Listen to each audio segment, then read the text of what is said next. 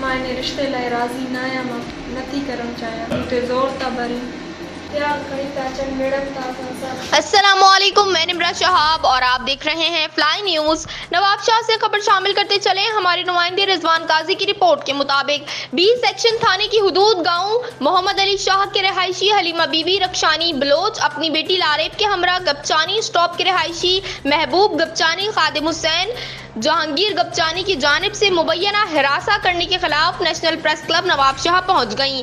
हलीमा बीबी ने press conference करते हुए कहा कि गपचानी के रहायशी महबूब गपचानी और इनका बेटा जहांगीर हमें मुसलसल हिरासा कर रहे हैं कि हम उन्हें अपनी बेटी लारेब का रिश्ता दें, जबकि हमारा इनसे कोई ताल्लुक और वास्ता नहीं। ये क्रिमिनल लोग हैं, हम इनसे रिश्तेदारी नहीं करना चाहते।